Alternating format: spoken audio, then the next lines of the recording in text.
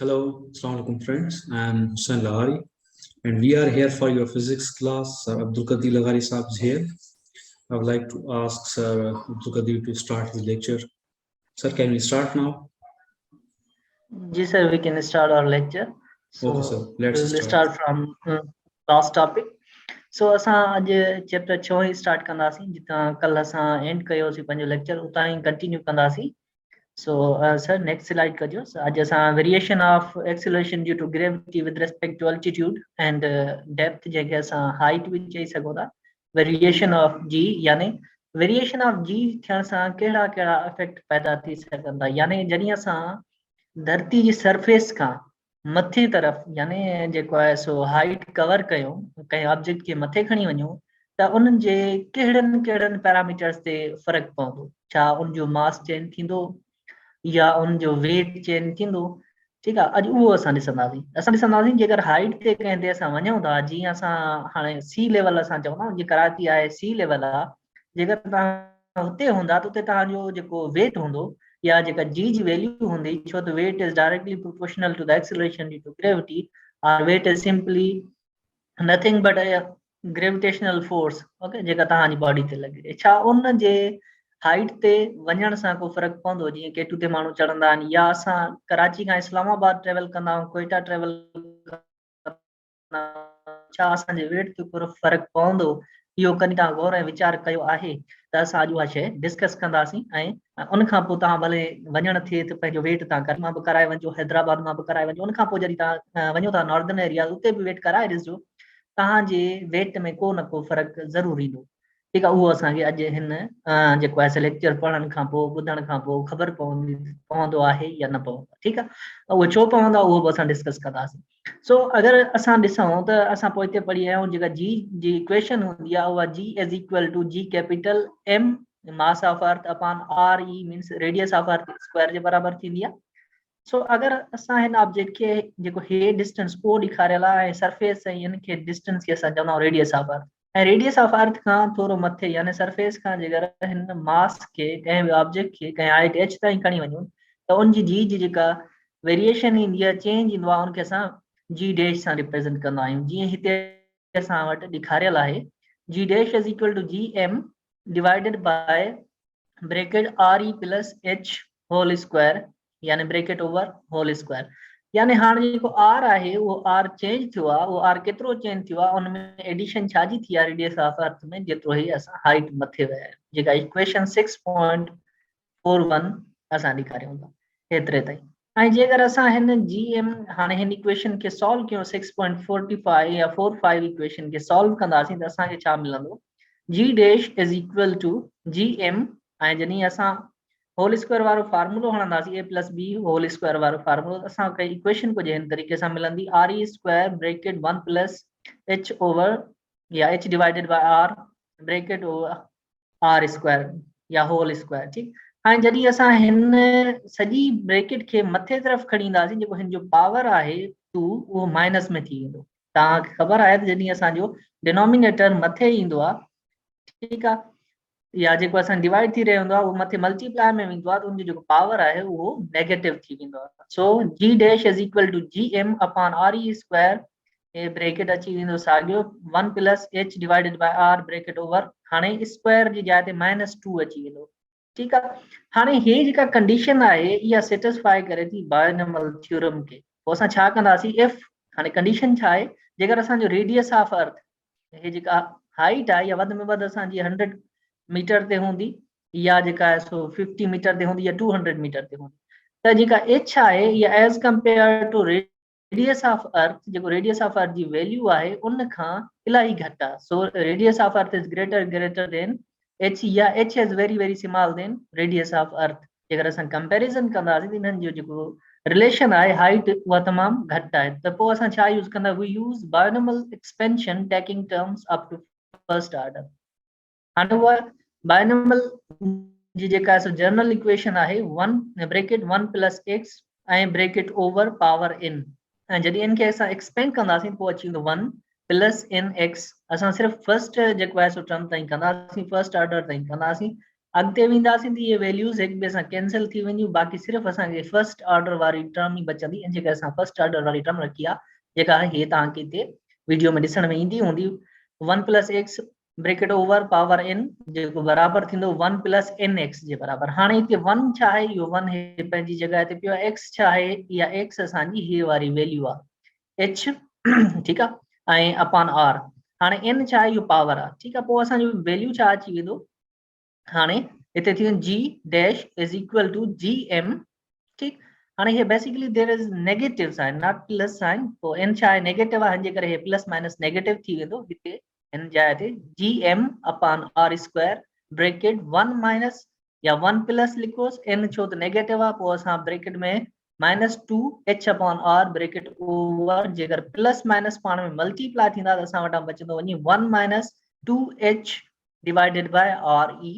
जेकर असां हाणे हिते ॾिसूं हे जेका इक्वेशन आहे gm अपॉन re स्क्वायर या छाजे बराबर हूंदी आहे this is equal to the acceleration due to gravity on the surface of earth जेका है gm ओवर re स्क्वायर आहे that is this term is equal to the g जेका acceleration due to gravity आहे पोइ असां छा लिखंदासीं g dash is equal to g bracket 1 - 2h upon re जेका इक्वेशन 6.46 थींदी ऐं तव्हां हिते ॾिसंदा जेका g डैश आहे ठीकु आहे उहा असांजी g डैश g खां घटि हूंदी। इन जो मतिलबु इहो आहे जीअं जीअं असां मथे वेंदासीं त उन g जी वैल्यू यानी जेका बि acceleration due to gravity surface of earth आहे उन खां उहा डिक्रीज थींदी।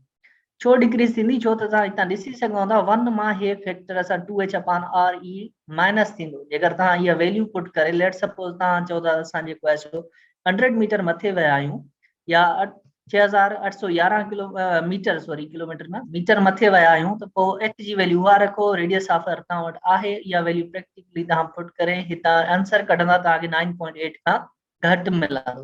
इन जो मतिलबु इहो थियो त असां जॾहिं बि मथे वेंदासीं जॾहिं बि असां कराची खां नॉर्दर्न एरियाज़ ॾे ट्रेवल कंदासीं त असांजो जेको जी जी वैल्यू आहे उहा छा थींदी डिक्रीज थींदी। ओके उमेद कयां थो त इहो तव्हांजो हेतिरे ताईं इक्वेशन क्लियर हूंदी। सर नेक्स्ट कजोसि। हाणे आहे variation of g with respect to depth. हाणे जेकर असां अर्थ जे अंदरि टनल या असां जेको आहे सो होल करण जी कोशिशि कयूं या जीअं असांजा कोयले जूं खाणूं हूंदियूं आहिनि अंदरि उनमें मज़दूर कमु कंदा आहिनि उन्हनि मज़दूरनि जे वज़न ते को फ़र्क़ु पवंदो या न पवंदो। जेकर असां उन्हनि जो वज़न ॾिसूं या जी वैल्यू ॾिसूं उन ते कहिड़ो फ़र्क़ु पवंदो उहो ॾिसंदासीं असां। हाणे असां चवंदा consider a particle of mass m which is in deep माइन on the earth assume that depth of mine is d। असां इहो कंसीडर कयूं था जेका माइन आहे या जेको टनल आहे उनजी डेप्थ केतिरी आहे d आहे तो calculate g dash at the depth d consider the following points.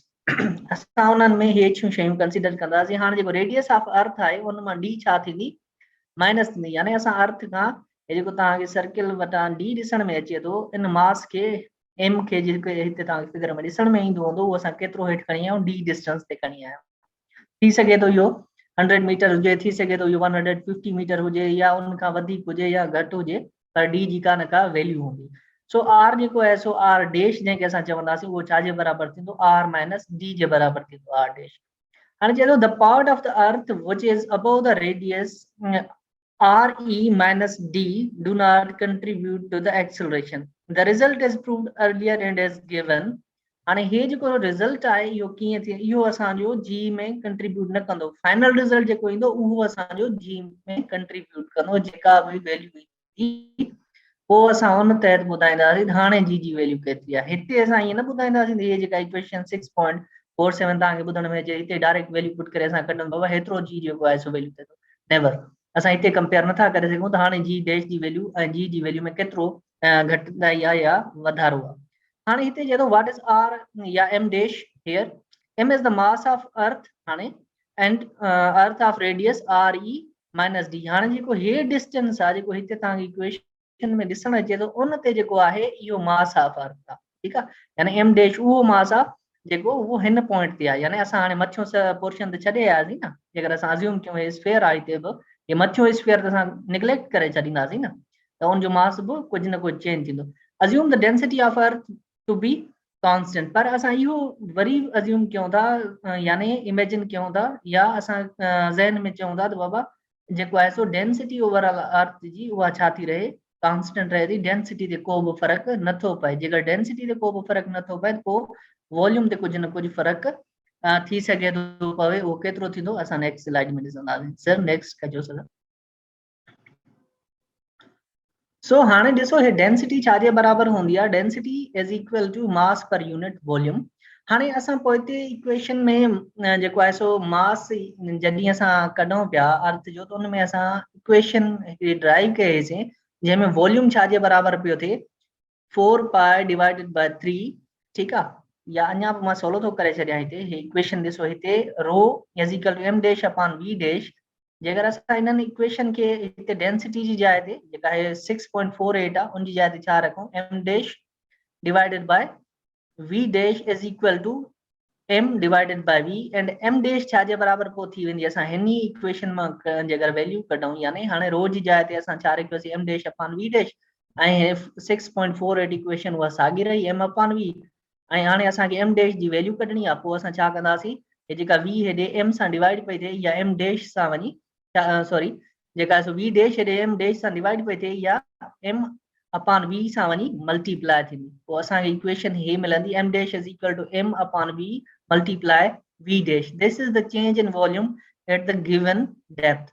पोइ असां जेकर हाणे वॉल्यूम जी इक्वेशन रखूं ऐं हिन जाइ ते वैल्यूज़ रखूं इन्हनि शयुनि जूं, त पोइ असांखे छा मिलंदो, m dash is equal to m ये पंहिंजी जाइ ते, ऐं वॉल्यूम जीअं तव्हांखे चयो 4 pi divided by 3 re cube इहो वॉल्यूम आहे जेको सरफेस से हुयो। And this is the v dash, next bracket 4 बाय 3 pi bracket re minus d whole cube and bracket over. हाणे जॾहिं हिन सॼे खे सॉल्व कंदासीं, हितां जेको आहे सो 4 पाई सां कटिजी वेंदो, ठीकु आहे। बाक़ी असां वटां जेको बचंदो वञी m divided by re cube bracket re minus d whole cube.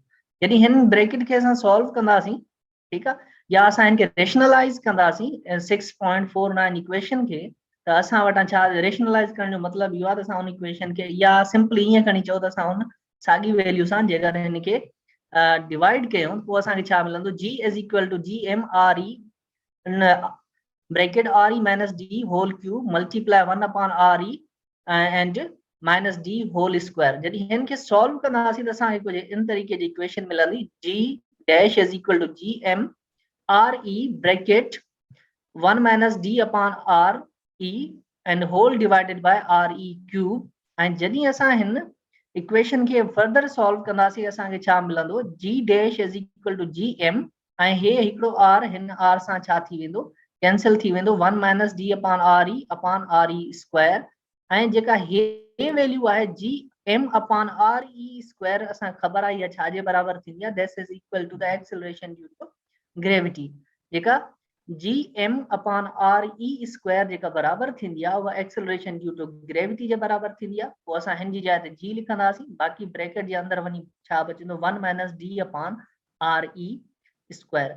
ऐं हिते बि तव्हां ॾिसंदा जेका g जी वैल्यू आहे, g डैश जी वैल्यू आहे, उहा g खां घटि आहे। जीअं जीअं असांजी डेप्थ वधंदी, यानी जीअं जीअं असां सेंटर ऑफ अर्थ ॾे मूव कंदा वेंदासीं, त असांजी acceleration due to gravity G value छा थींदी वेंदी, डिक्रीज थी वेंदी। ऐं मैक्सिमम वैल्यू सिर्फ सरफेस ऑफ अर्थ ते आहे जेका 9.8 आहे।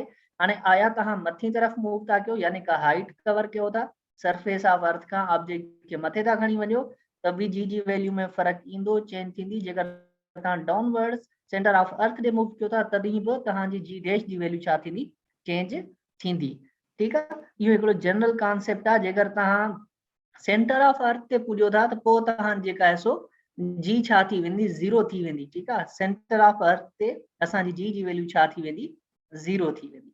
Okay, so sir next slide कजो। हाणे असां पोइते इहे ॾिठोसीं जी जी वैल्यू चेंज थींदी, ऐं भले तव्हां हाइट ते वञो या डेप्थ जी तरफ़ या उन माइंड जे अंदरि वञो, ठीकु। हाणे वरी आहे comparison of mass and weight.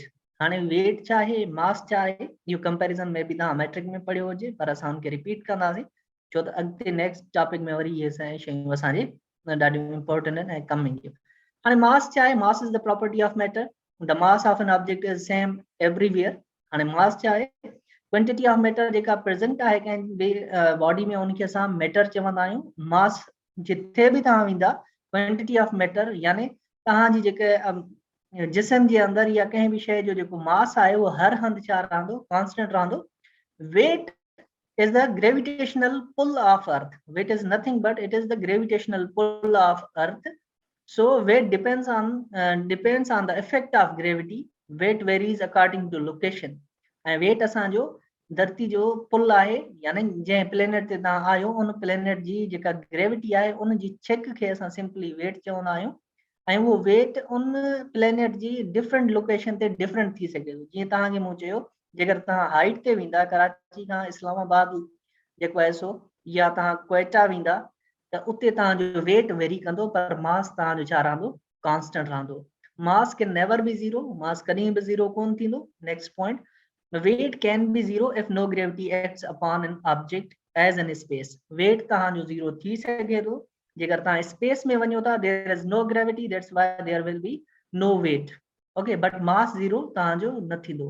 mass doesn't change according to location. mass कॾहिं बि लोकेशन सां चेंज कोन थींदो। weight increases or decreases with height or lower gravity, higher or lower gravity, sorry. जीअं जीअं तव्हांजी ग्रेविटी चेंज थींदी तीअं तीअं तव्हांजो वेट चेंज थींदो। mass is a scalar quantity, it has magnitude only. mass सिर्फ स्केलर क्वांटिटी आहे, उनखे सिर्फ हिकिड़ी शइ जी ज़रूरत हूंदी आहे जेको मैग्नीट्यूड आहे। so weight is a vector quantity, it has magnitude and direction are directed toward the center of earth or the other gravity well. यानी जंहिं तरफ़ ग्रेविटी जो डायरेक्शन हूंदो, जीअं असां अर्थ ते मौजूद आहियूं त अर्थ जी ग्रेविटी जो डायरेक्शन टुवर्ड द सेंटर आहे, इन जे करे वेट जो डायरेक्शन हमेशह टुवर्ड्स द सेंटर हूंदो। mass may be measured using an ordinary balance. mass के असां ordinary balance सां measure करे सघूं था, but weight is measured by using spring balance. यानी तो हूंदो जेको कांटो हूंदो आहे, स्प्रिंग बैलेंस हूंदो आहे, उन सां ई असां वेट मेजर कंदा आहियूं, not we are measuring mass. Mass is usually measured in grams and kilograms. Mass के असां जेको एसआई यूनिट आहे वो किलोग्राम आहे, बाक़ी ॿिया सभु मल्टीपल यूनिट्स ग्राम बि थी सघे थो ऐं ॿिया बि थी सघनि था, उहे आहिनि। पर weight is measured in newtons because weight is a force. Weight जो यूनिट छा आहे, न्यूटन आहे, छो त weight is nothing but force exerted by gravity on the mass. यानी मास जे मथां जेका ग्रेविटेशनल फोर्स लगे थी उन फोर्स जो नालो छा आहे, that is weight. That's why SI unit is newton. ऐं मास जो जेको फार्मूलो जेकर तव्हां कढण चाहींदा त जेको आहे सो उहो W is equal to mg, इहो वेट जो फार्मूला, इन मां मास जो फार्मूलो बि निकिरी वेंदो, m is equal to W upon g। Okay, weight जो फार्मूलो छा आहे, weight is equal to mg। हाणे तव्हां जेका ॾिसंदा त हिते m मास आहे, Newton second law of motion मां उहो ॾिसी सघो था। ए छा आहे या जी हिते ए जी जाइ ते रिप्लेसमेंट आहे, ए एक्सेलरेशन हूंदी आहे सेकंड लॉ में, हिते जी बि एक्सेलरेशन ड्यू टू ग्रेविटी आहे। So weight is equal to mg and SI unit will be newton. Okay, and SI unit for the mass is kilogram. Okay, हाणे वेट जेकर तव्हां अर्थ आहे न, हाणे अर्थ जो हिकिड़ो नॉर्थ ॿियो साउथ पोल हूंदो आहे ऐं ईस्ट ऐं वेस्ट जेके आहिनि उनजा इक्वेटर हूंदा आहिनि, ठीकु आहे। हाणे जॾहिं पोल ते तव्हां हूंदा त उन जो रेडियस घटि हूंदो आहे as compare to the equator. हाणे छो घटि हूंदा, छो त अर्थ जेका आहे सो हीअं बल्ज आहे, ठीकु आहे, यानी हीअं अर्थ आहे, ठीकु आहे। हाणे जेका हीअ साइड आहे उहा थोरो परे आहे, रेडियस जेको आहे सो उनजो डिघो आहे, यानी सेंटर खां उहा उनजो रेडियस थोरो वधीक आहे। इन जे करे जेको इक्वेटर ते माण्हू रहंदा आहिनि, जेके असांजे ईस्ट ऐं वेस्ट जेके एंड आहिनि अर्थ जा, जेकर उते को माण्हू रहे थो त उनजी जी वैल्यू घटि हूंदी, ठीकु आहे। जेको माण्हू नॉर्थ पोल ऐं साउथ पोल ते रहंदा उन्हनि जी जी वैल्यू वधीक हूंदी, ऐं इक्वेटर ते जेके माण्हू रहनि था उन्हनि जो वेट घटि हूंदो जेके माण्हू पोल ते रहनि था उन्हनि खां। यानी जेके माण्हू पोल्स ते नॉर्थ पोल वारियूं कंट्रीज़ आहिनि या साउथ पोल वारियूं कंट्रीज़ आहिनि, उन्हनि जो weight as compare to the equator जेके ईस्ट ऐं वेस्ट डायरेक्शन में जेके एंड आहे अर्थ जो, उते माण्हू रहंदा उन्हनि खां घटि हूंदो। Okay, so if you are moving from north pole to the east direction या from north to east, your weight will be decreasing. Okay, जॾहिं तव्हां नॉर्थ खां ईस्ट ॾे वेंदा या नॉर्थ खां वेस्ट ॾे वेंदा, तव्हांजो वेट छा थींदो, डिक्रीज थींदो। If you are moving from west to south, your weight will be increasing. Okay, this is the main point, this is the key point, and you have to write and you have to notice this point. It is very important regarding the MCQs.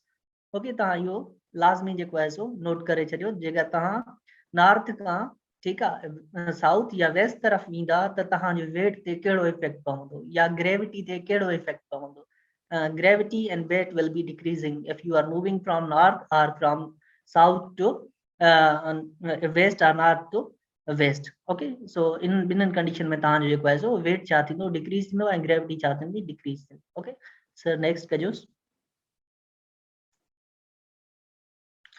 Now there is a concept okay apparent weight. हाणे apparent weight छा आहे ऐं actual weight छा आहे. हाणे apparent weight जेको सो असां चवंदा आहियूं जीअं कांटो तव्हां ॾिठो हूंदो जॾहिं असां का बि शइ वज़न कंदा आहियूं त उहा लटकाईंदा आहियूं कंहिं शइ सां न ठीकु आहे. हाणे जेतिरी हुन धागे में या हुन स्प्रिंग में टेंशन पैदा थींदी आहे न उनखे ॾिसी असां छा ॿुधाईंदा आहियूं वेट ॿुधाईंदा आहियूं. उहा जेका टेंशन या जेको स्प्रिंग स्केल ते असांखे उहो वेट ॾिसण में ईंदो हूंदो आहे उहो ॿियो कुझु न आहे that is apparent weight. Okay that is apparent weight. Apparent weight on an object is reading on a scale, spring scale when object is placed on it. ये है हमरा इते बीठो आहे न स्केल ते ठीक है त हाणे जेको हिन जे स्केल ते हिते तव्हांखे कांटे जो जेको आहे सो सुई ॿुधाईंदी that is apparent weight. This is not your actual weight. Actual weight उहो हूंदो आहे जेका तव्हांजे जिस्म जे मथां अर्थ जी फोर्स हूंदी आहे उन फोर्स खे असां छा चवंदा आहियूं that is actual weight and the apparent weight is the reading by the spring balance. Okay यानी जैसा स्प्रिंग बैलेंस सां वो कांटो लगल आहे उन कांटे जी जेका टेंशन हूंदी आहे उन स्प्रिंग में या धागो जेको आहे वो बदल आहे वेट छिकबो आहे ठीक आहे उन स्प्रिंग वारी रीडिंग स्केल ते जेको बि वेट हूंदो आहे दैट इज अपैरेंट वेट. उहो वेट अपैरेंट डिपेंड कंदो आहे मोशन ते ठीक आहे अपवर्ड या डाउनवर्ड. वो अॻिते असां नेक्स्ट स्लाइड में ॾिसूं था. अपैरेंट वेट इंशाल्लाह तव्हांजो क्लियर हूंदो. Apparent weight is nothing but it is the weight that is appear on a spring balance. या जेको असांजी टेंशन पैदा थींदी आहे उन स्प्रिंग में या उन जेको आहे सो जेका बि शइ आहे जंहिंसां असां उहो लटकायो आहे कांटो उन में जेका टेंशन पैदा थिए थी जंहिंजे करे उहो कांटो रोटेट थिए थो उन स्प्रिंग वारे वेट खे असां छा चवंदा आहियूं अपैरेंट वेट चवंदा आहियूं. ओके सर नेक्स्ट कजोसि. So apparent weight of a person and moving lift. हाणे जॾहिं लिफ्ट में असां चढ़ंदा आहियूं उते असांखे डिफरेंट फिनोमिना या डिफरेंट अपैरेंट वेट ॾिसण वञा मिलंदा. ठीक हाणे पहिरियों केस आहे lift is moving upward direction with an acceleration a. हाणे जॾहिं लिफ्ट मथे मूव थी करे त उनजे अंदर जेका टेंशन हूंदी जेके असां r सां रिप्रेजेंट कयूं था दैट इज अपैरेंट वेट ऐं w छा आहे उहो असांजो वेट आहे एक्चुअल ऐं टोटल फोर्स जेका लॻी रही आहे जेकर असां हिते ॾिसण ॾियूं total force is equal to हाणे ज़ाहिर ॻाल्हि आहे टेंशन वधीक आहे उन रस्सी में उन स्प्रिंग में जंहिंसां उहो एलिवेटर या उहा लिफ्ट जे एंगल आहे जेका मथे मोटर सां कनेक्टेड आहे उहा मथे मूव कंदी त उन जो टेंशन ज़ाहिर ॻाल्हि आहे वेट खां वधीक आहिनि जे करे उहो मथे मूव थो करे. So r is tension and w is your actual weight and f is net force यानी जेका टोटल फोर्स आहे. सो r जेकर असां ॾिसण चाहियूं टेंशन जेको अपैरेंट वेट आहे उहो छाजे बराबरि थींदो w plus ma from the above equation.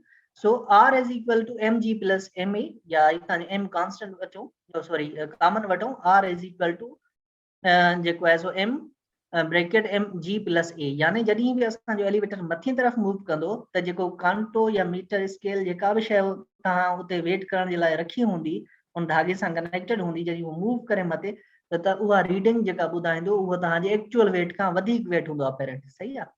When left is moving upward direction, your apparent weight will be greater than your actual weight. Okay. So next case is that when elevator or left is moving downward direction with an acceleration a. जॾहिं असांजो elevator जेको आहे सो downward direction के acceleration a सां move थो करे त असांजो अपैरेंट वेट छा थींदो. हाणे डेफिनेटली असांजो वेट उन टेंशन खां वधीक हूंदो तंहिंजे करे नेट फोर्स जेका लिखंदासीं net force is equal to w minus r. हाणे असांखे अपैरेंट वेट कढणो आहे आर कढणो आहे पोइ असां छा लिखंदासीं आर खे नेट फोर्स वारी तरफ़ खणी वेंदासीं या एफ जेको एम ए लिखियल आहे उन तरफ़ खणी वेंदासीं ऐं एम ए खे वरी आर जी जॻह ते खणी ईंदासीं यानी आर खे बराबरि जी राइट हैंड साइड ऐं एम ए खे बराबरि जी लेफ्ट हैंड साइड खणी ईंदासीं. हिन जूं एक्सचेंज थी वेंदी जिते प्लस आहे उते माइनस अची वेंदी जिते माइनस आहे उते प्लस अची वेंदी. So R is equal to W minus M A R is equal to M G minus M A R जेको सो आर बचंदो उहो छा जे बराबरि बचंदो M bracket g minus a. हाणे जॾहिं बि तव्हांजी लेफ्ट डाउनवर्ड डायरेक्शन में ईंदी आहे तव्हांजो अपेरेंट वेट घटि हूंदो आहे तव्हांजे एक्चुअल वेट खां जेको तव्हां अगरि कांटो उते लॻल हुजे जंहिं ते तव्हां उते बीठा आहियो एलिवेटर में जेकर उहो मथी तरफ़ मूव कंदो त उहो जेको कांटो आहे स्प्रिंग बैलेंस आहे उहो तव्हांखे वधीक वेट ॿुधाईंदो ठीकु आहे जॾहिं मथे तरफ़ मूव कंदो सिमिलरली जॾहिं उहो कांटे ते तव्हां बीठा आहियो एलिवेटर डाउनवर्ड डायरेक्शन में मूव थो करे त जेको कांटो हूंदो जेको स्प्रिंग बैलेंस हूंदो उहो तव्हांखे घटि वेट ॿुधाईंदो उहो जेको वेट घटि या वधि ॿुधाए थो that is apparent weight so while the elevator is moving downward direction your apparent weight will be lesser than actual weight okay number third case is that left is at rest जॾहिं left rest ते आहे ठीकु आहे या असां simply चवंदा आहियूं जीअं असांजी पींग हूंदी आहे जेकर पींग रसे वारी ॿधल आहे तव्हां वणनि सां ॿधी छॾियो आहे रसो ऐं तव्हां हुनजे मथां वेठा आहियो जेके सो ख़ूबसूरत कचहरी जा वेठा कयो हिकिड़ो साम्हूं वेठो आहे ॿिए जेको आहे सो पींगे ते तव्हां हेॾा पींगे ते वेठा आहियो तव्हां कचहरी था कयो पोइ तव्हांजी एक्सेलरेशन छा हूंदी जेकर रेस्ट में आहियो भई लूडो कोन था ठीकु आहे फॉरवर्ड एंड बैकवर्ड या उते भले लूडो बि सही को मसलो कोन्हे जेकर तव्हां उते वेठा आहियो त तव्हांजी एक्सेलरेशन छा हूंदी ज़ीरो हूंदी हाणे उन केस में तव्हांजी जेका टेंशन अपवर्ड डायरेक्शन में रसे में लॻी रही हूंदी उहा बराबरि हूंदी जेका आहे सो तव्हांजो वेट डाउनवर्ड डायरेक्शन में लॻी रहियो आहे सो हिते हिन कंडीशन में असांजो जेको आहे सो अपेरेंट ऐं रियल वेट जेके हूंदा इक्वल हूंदा ऐं तॾहिं करे असां चवंदा आहियूं जॾहिं बि कांटे ते वज़न करे रहिया हूंदा असां चवंदा बाबा कांटे खे लोॾाए न हिकिड़ी जाइ ते झले विध असां जेको आहे सो या हिकिड़ी जाइ ते रोके रख त असां जेको आहे सो वेट रीड करे वठूं पोइ हिन जे करे चवंदा आहियूं जीअं असांखे एक्चुअल वेट जी ख़बर पए जेकर उन कांटे खे माण्हू हेठि मथे पियो हीअं हेठि मथे पियो घुमाईंदो ठीकु आहे हीअं हेठि करे हीअं मथे करे त उनजी जेका रीडिंग आहे उहा चेंज थींदी रहंदी इन जे करे असां चवंदा आहियूं कांटे खे रेस्ट में आणियो या जेकर असांजो फर्शी कांटो जेको चवंदा आहियूं अॼुकल्ह आहे डिजिटल उनजे मथां बि वज़न जॾहिं रखंदा आहियूं त पोइ थोरी देरि लाइ छॾे ॾींदा आहियूं त जीअं उहो जेको स्प्रिंग आहे उहो रेस्ट में अची वञे यानी जेको नॉर्मल रिएक्शन ऐं जेको डाउनवर्ड डायरेक्शन में वेट लॻी रहियो आहे उहे हिक ॿिए जे इक्वल थी वञनि त जीअं एक्चुअल वेट असांखे मिली सघे ओके जेकर उहो कांटो डाउनवर्ड या अपवर्ड या लेफ्ट या राइट मूव कंदो रहंदो त असांखे रीडिंग एक्ज़ैक्ट रीडिंग कान ख़बर पवंदी एक्ज़ैक्ट रीडिंग ख़बर मां मुराद इहा आहे असांखे एक्चुअल वेट जी ख़बर कान पवंदी ओके हाणे टेस्ट नंबर 4 आहे जेकर उहो एलिवेटर तव्हां लिफ्ट में आयो ऐं लिफ्ट जंहिं तार सां ॿधल आहे उहा टुटी पए ठीकु आहे मथां हेठि अचो पिया ऐं लिफ्ट उहा जेका आहे सो ख़राबी जे करे उनजी तार छा ते टुटी वञे पोइ छा थींदो पोइ तव्हांजो वेट केतिरो हूंदो जेको कांटो लॻल हूंदो उहो तव्हांजो वेट केतिरो ॿुधाईंदो छाकाणि इहो तव्हां कोशिशि कई आहे जेको आहे सो इन शइ खे ऑब्ज़र्व करण जी या इन शइ खे इमेजिन करण जी जॾहिं तव्हां लिफ्ट में आहियो लिफ्ट जो जेको रसो आहे जेका वायर आहे उहा टुटी पए रस्ते में त पोइ छा थींदो ऐं जेको कांटो हुन में अंदरि लॻल हुजे त उहो तव्हांजो वेट केतिरो ॿुधाईंदो पोइ आंसर इहो आहे जेका असांजी एक्सेलरेशन हूंदी डाउनवर्ड डायरेक्शन में उहा साॻी एक्सेलरेशन ड्यू टू ग्रेविटी हूंदी यानी फ्री फॉल मोशन थी वेंदो ठीकु आहे पोइ असांजी ए जेका बराबरि थी वेंदी जी ऐं जी जे इक्वल पोइ इक्वेशन जेका केस 2 पढ़ी आयासीं हुते ए जी जाइ ते जी पुट कंदासीं g minus g is equal to 0 पोइ असांजो जेको अपेरेंट वेट हूंदो उहो छाजे बराबरि थी वेंदो 0 जे बराबरि थी वेंदो हाणे इन जो सिंपल मिसाल ईअं था वठूं जेकर तव्हांखे जहाज़ मथां हेठि किराइजे ऐं तव्हांजे मथे ते जेको आहे 1 टन वारो बोरो रखी छॾिजे तव्हां जेतिरे ताईं हवा में हूंदा त न 1 टन वारे बोरो महसूसु थींदो तव्हांखे न तव्हांखे पंहिंजो वेट महसूसु थींदो छो त तव्हां ॿई फ्री फॉल मोशन में आहियो अहिड़े ई हिसाब सां जॾहिं एस्ट्रोनॉट जेके आहिनि सो स्पेस में ख़िलाबाज़ वेंदा आहिनि त उन्हनि जो जेको वेट हूंदो आहे उते वेट त अपेरेंट वेट ई हूंदो आहे उहो छाजे बराबरि थी वेंदो आहे 0 जे बराबरि थी वेंदो आहे उहो फ्री फॉल मोशन में हूंदा आहे ठीकु आहे जॾहिं बि असांजे फ्री फॉल मोशन हुजे यानी जेको ऑब्जेक्ट आहे उहो under the acceleration due to gravity हुजे या ग्रेविटी जी एक्सेलरेशन सां मूव करे त असां छा चवंदासीं that is in the case of free fall motion okay या वेटलेसनेस चवंदासीं उनखे because apparent weight is equal to 0 okay sir next कजोस so this is the weightlessness is nothing but it is condition experienced while the free fall जॾहिं असांजो free fall motion हूंदो त असांजो उते या ग्रेविटी जे एब्सेंस हुजे ठीकु आहे जीअं असां स्पेस में वञूं था उते ग्रेविटी न आहे उहा ग्रेविटी जेका आहे सो सेंट्रीफ्यूगल फोर्स जे करे छा थी वञे 0 थी वञे त असां अहिड़ी कंडीशन खे चवंदा आहियूं 0 gravity while there is 0 gravity that condition is known as weightlessness जीअं तव्हांखे हिते पिक्चर में ॾिसण में अची रहियो हूंदो त जेके आहिनि सो एस्ट्रोनॉट आहिनि जेके हिकिड़ी जेका सो पंहिंजा वार ठाहे उनजा वार ॾिसो न कीअं था मूव कनि छो त ग्रेविटी आहे कोन हाणे उहे जेॾे डायरेक्शन जी ओॾे मूव कंदा ऐं हेॾे जेका आहे सो लेफ्ट हैंड साइड ते पिक्चर आहे उहो जेको आहे सो फ्रीली मूव करे सघनि था ठीकु आहे यानी उन्हनि जो वेट हूंदो ई कोन अपेरेंट वेट छा हूंदो उन्हनि जो 0 हूंदो। एक्चुअल वेट खणी उहो प्लेनेट ते असां चवंदा आहियूं वेट आहे, पर जेकर असां कंहिं प्लेनेट ते न आहियूं त ग्रेविटी न आहे उते स्पेस में, त असां अहिड़ी कंडीशन खे छा चवंदा आहियूं, वेटलेसनेस चवंदा आहियूं। हाणे वेटलेसनेस जेका आहे सो इलाही सारा प्रॉब्लम क्रिएट कंदी आहे। हाणे लेट सपोज तव्हां लिखणु चाहियो था कंहिं बुक वग़ैरह ते, तव्हांजी पेन कोन लिखंदी, ठीकु आहे, मस वारी पेन आहे, छो त उनमें ग्रेविटी जे करे ई असां जेका आहे सो बॉल पेन थी वई या इंक थी वई, उहा डाउनवर्ड डायरेक्शन में ईंदी आहे। असां जॾहिं लिखंदा आहियूं उहा ॿांह हेठि निकिरंदी आहे। या असां इवन पाणी पीअंदा आहियूं त उहो पाणी बि ईअं पंहिंजो पाण ॿाहिरि न ईंदो, असां गिलास में उबतो कंदा आहियूं न त पाणी हेठि किरी पवंदो आहे। पर जेकर असां स्पेस में आहियूं, भले गिलास खे उबतो न कयूं, कुझु बि कयूं, उहो पंहिंजो पाण कोन किरंदो, ठीकु आहे। ईअं खोड़ सारा प्रॉब्लम जेके आहिनि फेस करणा पवंदा आहिनि एस्ट्रोनॉट खे। तंहिंजे करे असांखे जेका आहे सो उहा लेब हूंदी आहे, जीअं नासा जी लेब आहे मथे, उन लेब में हथरादू ग्रेविटी पैदा करणी पवंदी आहे, ठीकु आहे। उहा हथरादू ग्रेविटी कीअं पैदा कंदा आहियूं, उहा छो कंदा आहियूं, उहा इन जे लाइ कंदा आहियूं हथरादू ग्रेविटी, त जीअं उहे मथे जेके माण्हू स्पेस में आहिनि उन्हनि खे कमु करण में सवलाई थी सघे। हाणे जीअं वॉशरूम वञनि था, उते पाणी जो मसलो अलॻि सां, या इवन तव्हां पेशाब उते कयो था स्पेस में, त उहो तव्हांजो अलॻि सां मसलो, ठीकु आहे। अहिड़ा खोड़ सारा मसला हूंदा आहिनि जेके फेस करणा पवंदा आहिनि। उन्हनि मसलनि खे ओवरकम करण जे लाइ असांखे छा करणो पवंदो आहे, हथरादू ग्रेविटी क्रिएट करणी पवंदी आहे मथे, जंहिंखे असां आर्टिफिशियल ग्रेविटी चवंदा आहियूं। उहा बाय स्पिनिंग प्रोड्यूस कंदा आहियूं। सर नेक्स्ट कजोसि। हाणे आर्टिफिशियल ग्रेविटी आहे छा? हाणे the gravity produced in an orbiting satellite by spinning it around its own axis।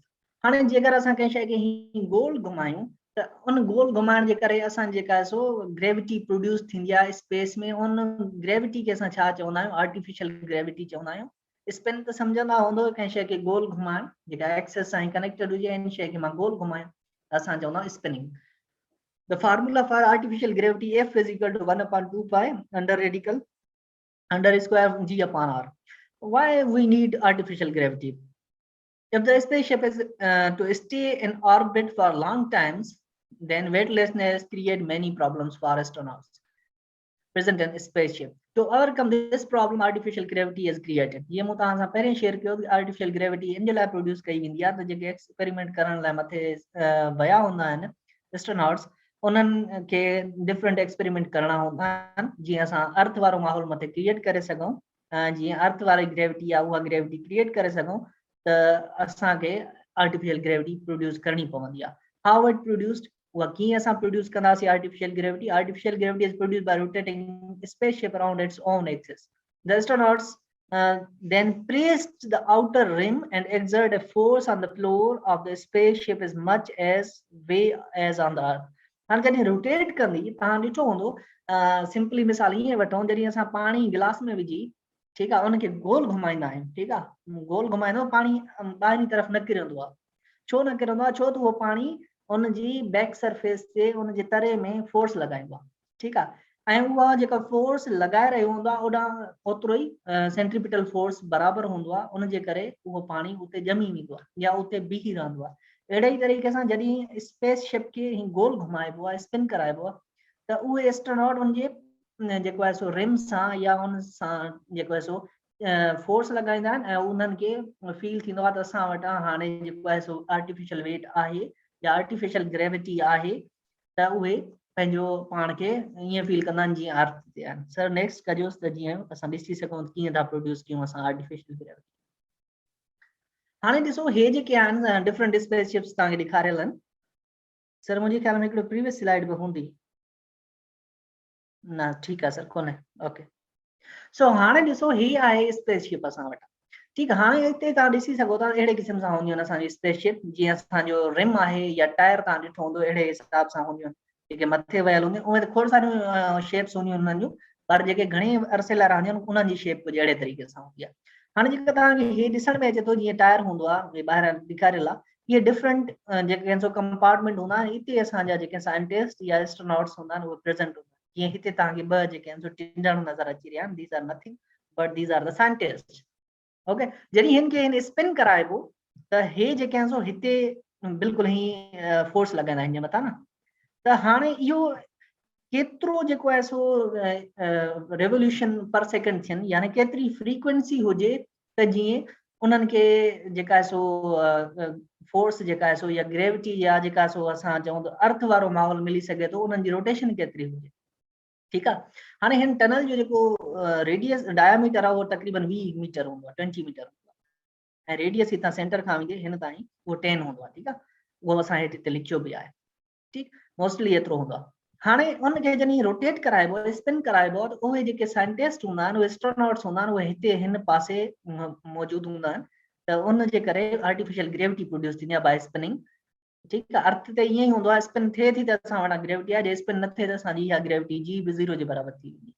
ठीकु आहे, हाणे उहे स्पिन कराईंदा आहिनि, उहे स्पिन कराइण जे लाइ उन्हनि खे ज़ाहिर ॻाल्हि आहे सेंट्रीपिटल एक्सीलरेशन जी ज़रूरत पवंदी। उन सेंट्रीपिटल एक्सीलरेशन वारे फार्मूले मां असां ड्राइव कंदासीं, जेका आहे सो एंगुलर वेलोसिटी या angular acceleration, sorry angular frequency, AC is equal to v square upon r।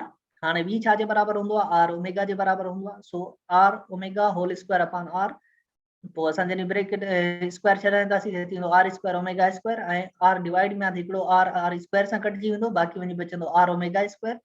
ऐं जेकर तव्हांखे यादि हुजे त ओमेगा छा जे बराबरि हूंदो आहे, 2 पाए f जे बराबरि हूंदो आहे, ऐं जेकर हाणे स्क्वायर आहे त पोइ थी वेंदो 4 पाए स्क्वायर f स्क्वायर। हाणे असांखे फ्रीक्वेंसी खपे, पोइ फ्रीक्वेंसी असां रीअरेंज कंदासीं, f square is equal to AC upon r 4 पाए स्क्वायर। हाणे जेकर असां जो स्क्वायर ख़तम कंदासीं, ठीकु आहे, f जो, त पोइ असां फ्रीक्वेंसी छा जे बराबरि थींदी, 1/2 pi under root g upon r।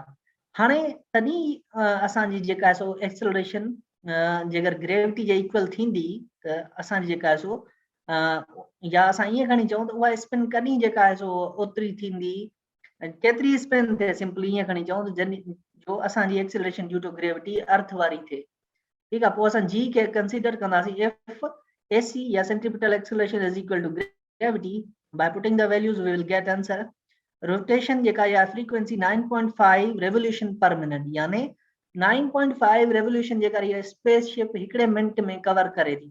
ठीकु आहे, 9.5 रेवोल्यूशन पर सेकेंड जेकर इहा स्पेसशिप में ही गोल घुमे थी, त जेका अंदरि माण्हू मौजूदु हूंदा उन्हनि खे उहो माहौल मिलंदो जेको असांजो अर्थ ते आहे, या उन में जेका आर्टिफिशियल ग्रेविटी प्रोड्यूस थींदी उहा 9.8 जे बराबरि तॾहिं प्रोड्यूस थींदी जॾहिं उनजी रेवोल्यूशन या उनजी एंगुलर फ्रीक्वेंसी जेका 9.5 रेवोल्यूशन पर मिनट हुजे, तॾहिं इहो पॉसिबल आहे, अदरवाइज पॉसिबल न आहे।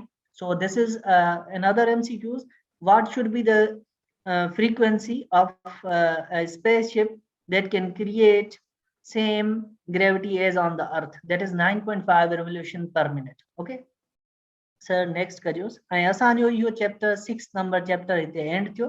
ठीकु आहे, हाणे चैप्टर नंबर 7 आहे वर्क पावर एंड एनर्जी, उहो स्टार्ट कंदासीं। सो सर नेक्स्ट कजोस। So this is the chapter number 7, that is work, power and energy। हाणे असां हिन में पढ़ंदासीं त वर्क छा आहे, एनर्जी छा आहे, पावर छा आहे, ऐं वर्क जा डिफरेंट टाइप्स पढ़ंदासीं, एनर्जी जा डिफरेंट टाइप्स पढ़ंदासीं, पावर खे सम्झण जी कोशिशि कंदासीं, पावर आहे कहिड़ी शइ। ठीकु आहे, हाणे सर नेक्स्ट कजोस।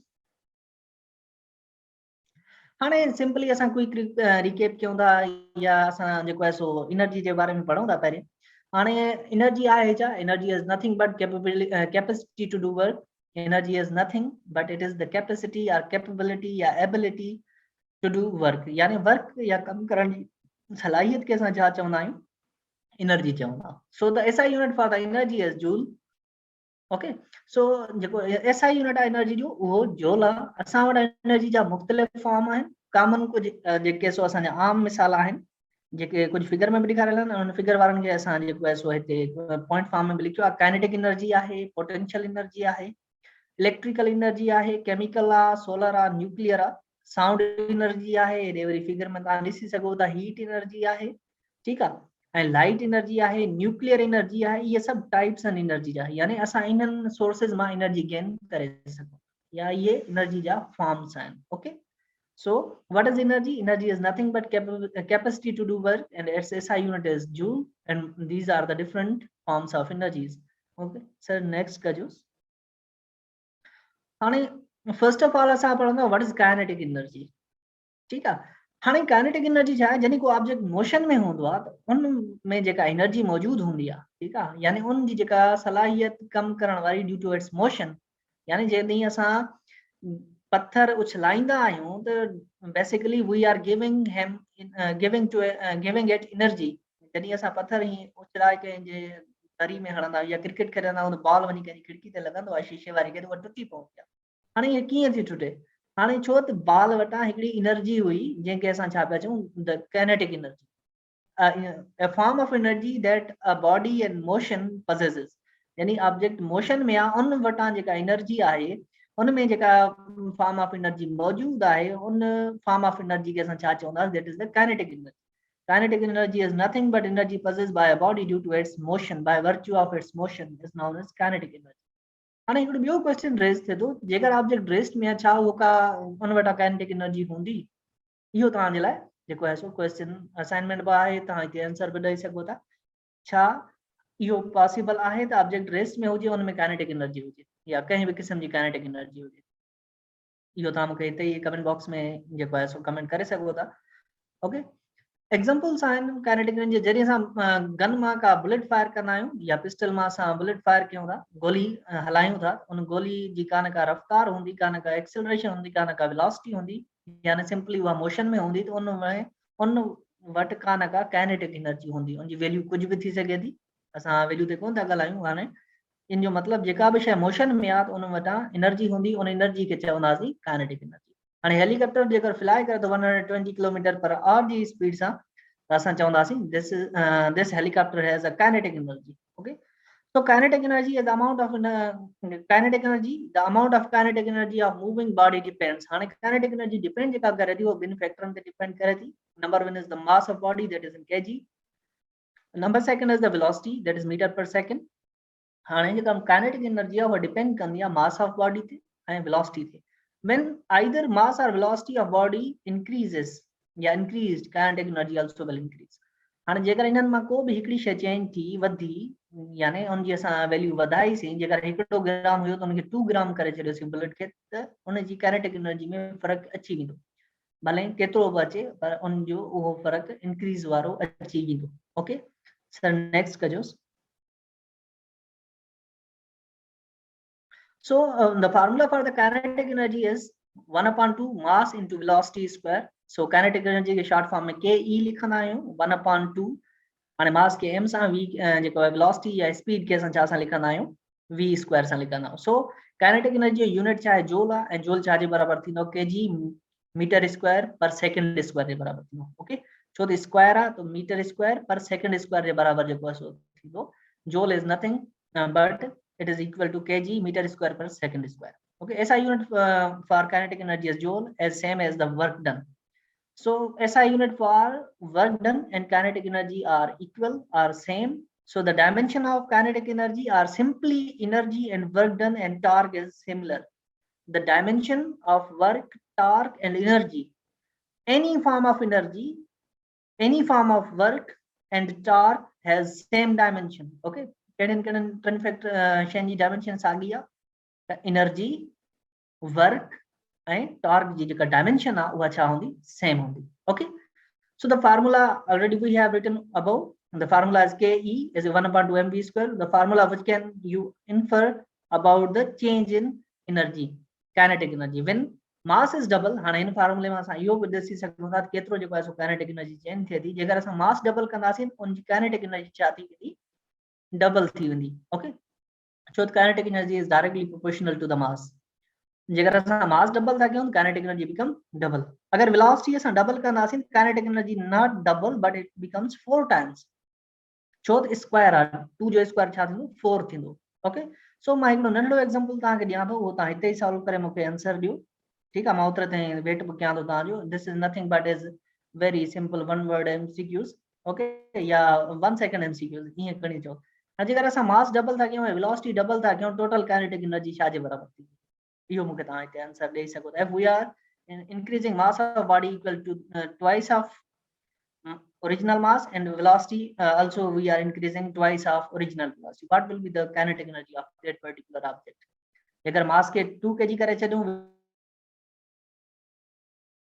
तव्हां असांखे हिते कमेंट बॉक्स में आंसर ॾेई सघो था। ओके सर, नेक्स्ट कजोसि। So the next type of energy is potential energy. हाणे potential energy वैसे जाम टाइप हैं पर असां हिते ॿ डिस्कस कंदासीं ऐं पहिरीं potential energy खे डिस्कस कंदासीं.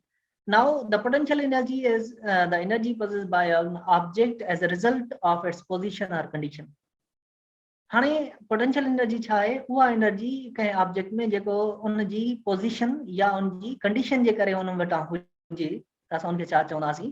Kinetic energy, sorry potential energy चवंदासीं. हाणे खोड़ सारा मिसाल आहिनि. हाणे टू कॉमन काइंड्स आहिनि. हिकिड़ो ग्रेविटेशनल पोटेंशियल एनर्जी आहे, ॿी जेका आहे सो इलास्टिक पोटेंशियल एनर्जी आहे. ठीकु आहे. हाणे इलास्टिक पोटेंशियल जेको हे मूं स्लाइड खई आहे या जेको हे टॉपिक खयो उन्हनि वटां न आहे. That's why it is written not in syllabus but in other syllabus it is included. असांजे सिलेबस में इहा मौजूदु आहे जे करे असां इहा पढ़ंदासीं. सो असां वटां पोटेंशियल एनर्जी उहा एनर्जी हूंदी आहे जेका कंहिं ऑब्जेक्ट जी पोजीशन या हाइट या कंडीशन जे करे हुजे. हाणे कंडीशन मां छा मुराद उहा पढ़ंदा. इलास्टिक पोटेंशियल एनर्जी जेका आहे उहा कंडीशन जे करे. ठीकु आहे. पोजीशन जे या कंडीशन ॿई ॻाल्हियूं साॻियूं आहिनि असांजे फिजिक्स में ऐं उनखे कीअं असां साॻी कंसिडर कंदासीं उहा अॻिते ॾिसूं था. इलास्टिक पोटेंशियल एनर्जी छा आहे? हाणे इलास्टिक कहिड़ियूं बि बॉडीज़ आहिनि. इलास्टिक मां मुराद जेके असांजूं लचकदार जीअं स्प्रिंग थी वियो, रबड़ थी वियो. ठीकु आहे. इहे इलास्टिक आहिनि. ठीकु आहे. या बलून थी वियो, फुकणो थी वियो. ठीकु आहे. इहे इलास्टिक बॉडीज़ आहिनि. Energy that can be possessed by an object due to its condition. Examples कहिड़ा आहिनि? Slinky when spread are compressed. हाणे स्प्रिंग खे असां छिकींदासीं या उनखे कंप्रेस कंदासीं. हाणे कंप्रेस कंदासीं ज़ाहिर आहे असां उन मथां को न को अमाउंट ऑफ वर्क या असां जेका एनर्जी उनखे ट्रांसफर कंदासीं. हाणे जीअं ई असां उनखे छॾींदासीं स्प्रिंग खे या उनखे जेको आहे सो स्प्रिंग खे कंप्रेस कंदासीं उन में हिकिड़ी एनर्जी स्टोर थी वेंदी. ठीकु आहे. उन एनर्जी खे असां छा चवंदासीं? It is elastic potential energy. ठीकु आहे. यानी हुन वटां पोटेंशियल हूंदो कमु करण जो. जेकर असां तव्हां ॾिठी हूंदी जेका आहे सो बॉल पेन आहे न. हाणे बॉल पेन तव्हां स्कूल में वेही जॾहिं बोर थींदा या कंहिं टीचर खां त पोइ टिक टिक अची शुरू कंदा.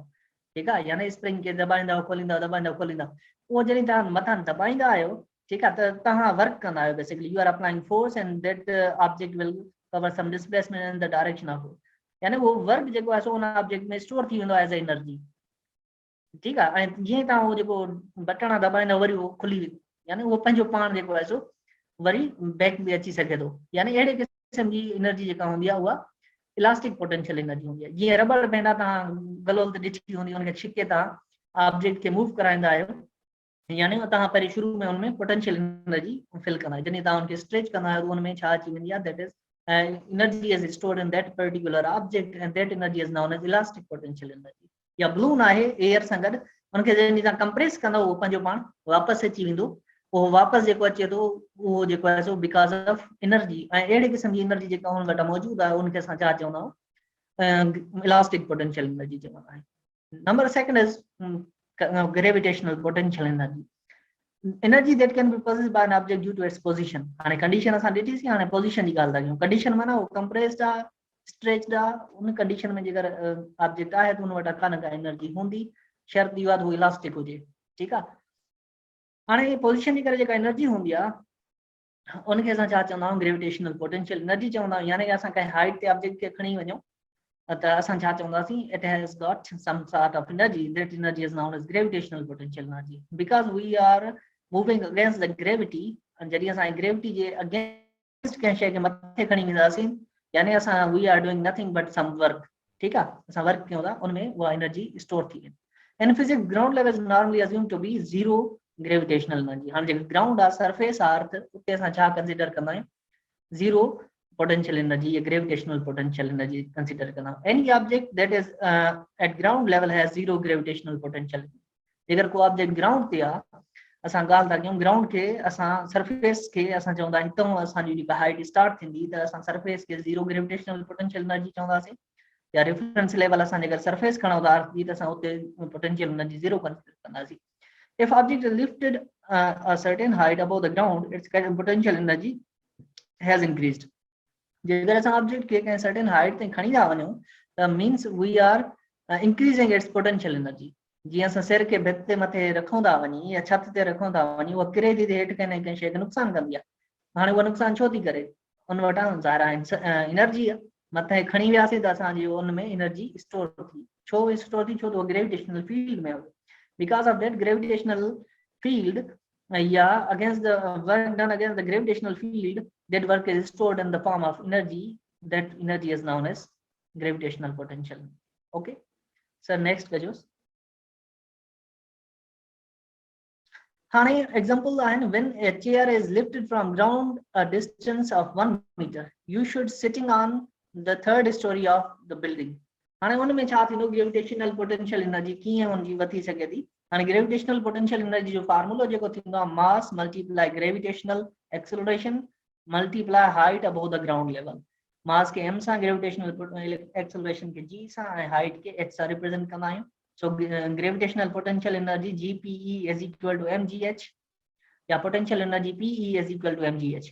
So SI unit for gravitational potential energy is also joule. Okay. So यो फार्मूलो आहे. त हाणे मिसाल हाणे तव्हांखे मां ॾियां थो त हाणे जेकर हिकिड़ो माण्हू आहे वज़नी आहे, ठीकु आहे, जाम मास आहे हुनजो. लेट सपोज हिकिड़े जो 40 kg मास आहे, ॿिए जो 50 kg मास आहे, ॿिए जो 100 kg मास आहे. इहो तव्हांजो क्वेश्चन आहे.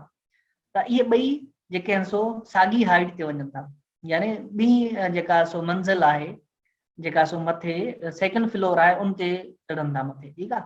यानी हिकिड़ो 40 kg वारो, ॿियो 50 kg वारो, टियों 100 kg वारो. हाणे टई इहे माण्हू हिकिड़ी हाइट ते वञनि था ऐं उहा ग्रेविटी बि साॻी आहे. त हाणे मूंखे ॿुधायो त पोटेंशियल एनर्जी कंहिं वटां वधीक हूंदी, 100 kg वारे वटां, 50 वारे वटां या 40 वारे वटां. इहो बि तव्हांजो क्वेश्चन आहे. इहो बि तव्हां कमेंट बॉक्स में लाज़मी असांखे आंसर ॾींदा इंशाल्लाह. हाणे वरी रिपीट कयां थो, हिकिड़े जो मास आहे 40, ॿिए जो 50, टे जो 100. हाणे साॻी हाइट ते मथे वञनि था, 2nd फ्लोर ते वञनि था. त हाणे पोटेंशियल एनर्जी कंहिंजी वधीक हूंदी. ओके सर, नेक्स्ट कजोसि. हाणे अचूं था वर्क जी तरफ़. Definition of work. What is work? हाणे फिजिक्स में वर्क ॿियो आहे ऐं कॉमन लाइफ में वर्क जी डेफिनेशन ॿी आहे. ठीकु आहे. इहो थोरो ज़हन में रखिजो ऐं असां हुनखे अॻिते वरी प्रूव बि कंदासीं कीअं ॿियो आहे. The work done by a constant force on an object is defined as the product of component of force along the direction of displacement and at the magnitude of displacement. हाणे simply असां ईअं खणी चऊं जॾहिं असां कंहिं object ते force लॻायूं, उहो ऑब्जेक्ट उन फोर्स जे लॻण जे करे जेको आहे सो कुझु डिस्प्लेसमेंट कवर करे, त असां चवंदासीं वर्क हैज़ बीन डन या work has done by that particular agent. यानी असां फोर्स लॻाईसीं, उहो ऑब्जेक्ट कुझु डायरेक्शन ते कहिड़ी बि माना वर्क जेकर फोर्स असां कंहिं एंगल ते लॻायूं था, उनजी हाणे हिते एंगल ते फोर्स लॻे थी, त असां जेको फोर्स जो डायरेक्शन जेको डिस्प्लेसमेंट जी डायरेक्शन में हूंदो उहो खणंदासीं. ऐं उन फोर्स जे करे जेकर ऑब्जेक्ट चुरे थो, मूव थो करे उन फोर्स वारी डायरेक्शन में, त असां चवंदासीं वर्क थियो आहे. जे फोर्स वारी डायरेक्शन में मूव नथो करे, ठीकु आहे, त असां चवंदासीं वर्क न थियो आहे. जीअं हाणे हिते ॾेखारियल आहे फिगर में, जेकर असां फोर्स एफ लॻायूं त कंहिं एंगल थीटा ते, त हिकिड़ो कंपोनेंट असांजो साइन थीटा थींदो परपेंडिकुलर, जेको असां कोन ठाहियो आहे छो त असांखे हुनजी ज़रूरत न हुई. ॿियो जेको component F cos theta along the direction of X या चेंज इन एक्स, जेको डिस्प्लेसमेंट कवर थिए थो ऐं object dotted line red line सां रिप्रेजेंटेड आहे, एतिरे ताईं मूव थो करे, असां चवंदासीं वर्क हैज़ बीन डन.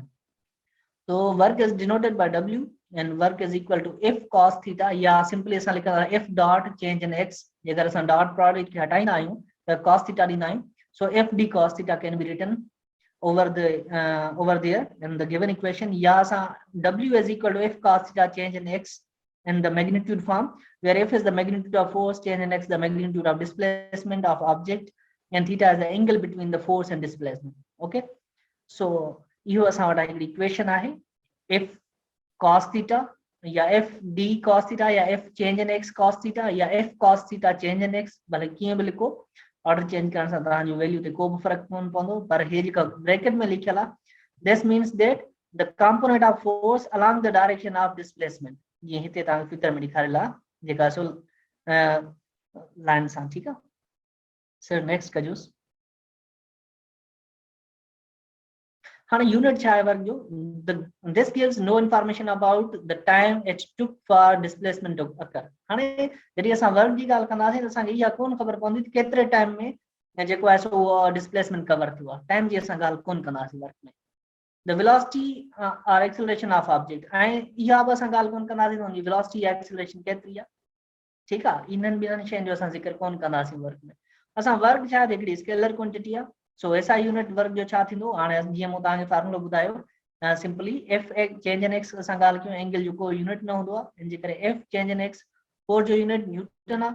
ठीकु आहे, ऐं जेको आहे सो डिस्प्लेसमेंट जो यूनिट मीटर आहे, so newton metre is nothing but it is equal to joule, so newton metre is equal to joule, ऐं 1 joule is equal to KG metre square per second square, या असां इनके ईअं बि लिखी सघूं KG metre per second square is nothing but Newton and dot metre, ठीकु आहे, या मल्टीप्लाई बाय मीटर, इहो बि असांजो थी सघे थो यूनिट, ठीकु आहे, यानी वर्क जो जेको यूनिट आहे उहो जूल आहे, ऐं जूल छाजे बराबरि आहे, 1 joule is equal to KG metre square per second square. ऐं जॾहिं बि असां कंहिं ऑब्जेक्ट ते वर्क कंदा आहियूं त we change its kinetic energy, यानी असां जॾहिं बि कंहिं ऑब्जेक्ट ते वर्क कयूं था त पहिरियों उनजी काइनेटिक एनर्जी जेकर वो रेस्ट में हुयो, ज़ीरो हुयो, त पोइ उन में का न का काइनेटिक एनर्जी अची वेंदी आहे। While we are doing work on an object, this work only change its potential, kinetic energy. जेकर असां हॉरिजॉन्टल डायरेक्शन में वर्क था कयूं त असां उन ऑब्जेक्ट जी काइनेटिक एनर्जी चेंज कंदा आहियूं, ठीकु आहे, जेका इक्वेशन हिते तव्हांखे ॾिनल आहे। ओके सर, नेक्स्ट कजो। सो यूनिट्स अगेन, हाणे असां काइनेटिक एनर्जी जो यूनिट छा आहे, काइनेटिक एनर्जी 1/2 mv स्क्वायर, मास जो केजी, छो त 1/2 हिकिड़ो नेचुरल नंबर आहे या नंबर आहे प्योर, असां उनजो यूनिट न लिखंदासीं, उनजो यूनिट ई न हूंदो आहे, ऐं वेलोसिटी जो यूनिट छा थींदो, मीटर पर सेकंड हूंदो आहे, पर स्क्वायर आहे metre square upon second square, KG metre per second square इहो थी वियो। ऐं जेकर असां वर्क जो यूनिट ॾिसूं, फोर्स इंटू डिस्प्लेसमेंट, फोर्स जो यूनिट न्यूटन ऐं डिस्प्लेस जो मीटर, जेकर असां इन्हनि जो बि ॾिसंदासीं इहो बि साॻियो थी वेंदो, KG metre square per second square, ऐं ॿिन्हिनि जो जेको यूनिट आहे उहो जेको आहे सो सेम आहे, काइनेटिक एनर्जी जो ऐं वर्क जो। ओके सर, नेक्स्ट कजोसि।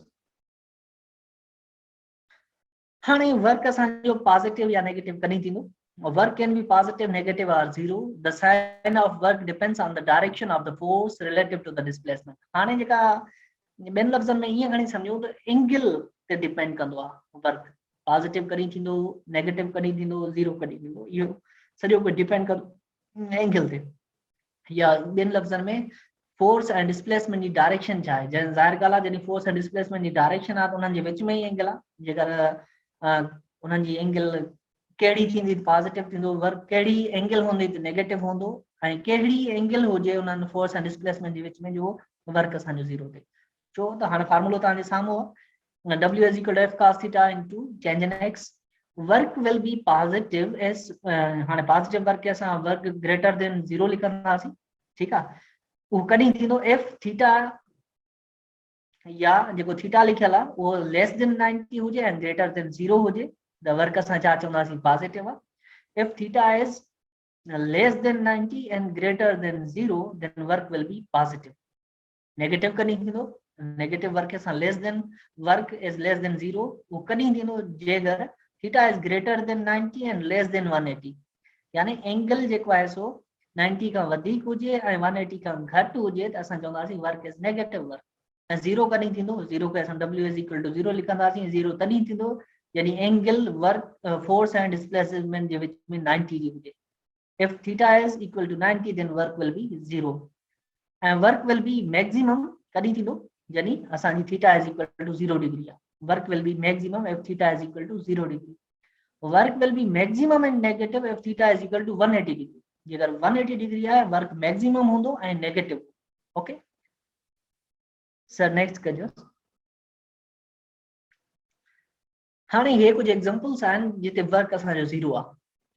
हाणे जेके तव्हांखे फिगर में ॾिसण में अचनि था, इहे सभु जेके एग्जांपल्स आहिनि इहे जेके आहिनि सो असांजा जीरो वर्क डन, यानी हिननि में वर्क न थींदो आहे। हाणे तव्हां जेको आहे सो को वज़न आहे मथे ते खयूं, हाणे जीअं हिते बाल्टी आहे, जेकर को मज़दूर आहे मथे ते बोरो खणे थो, ठीकु आहे, या केतिरो बि वज़नी शइ मथे ते खणी उहो हले थो, त उहो फिजिक्स में वर्क नथो करे, it has got zero work.